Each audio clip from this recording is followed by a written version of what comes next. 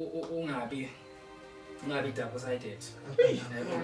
Senze njani ke mase sikwazi unjena on stage sesikwazi unjena off stage? Kanjani ke mase? Eqinisweni mina nenza lutho yilo enimaziyo mina thina lokho. Uma engasadili nakho.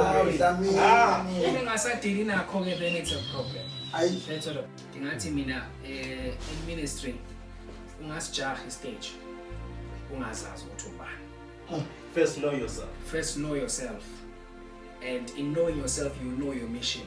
Once you know your mission uzokwazi ukuthi ungacompete nabanye abantu. And what I've noticed as I observed and as abantu have told me, ngenxa yokuthi abantu isikhathi esiningi abazazi, therefore they seek and tend to compete with one another.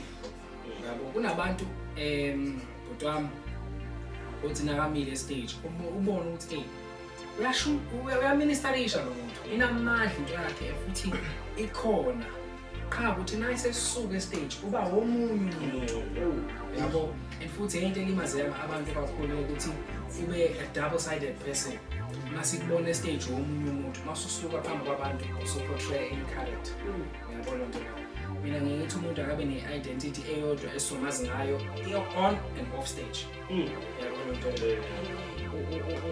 because in as much as ungathandwa amanje as time goes on uzohamba So bize attack call khona manje.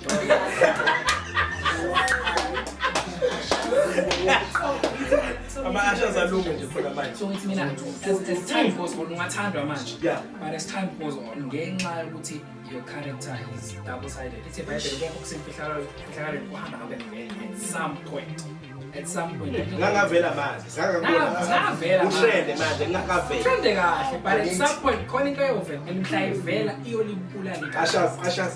iyolibulala le Into engizwayo. kuna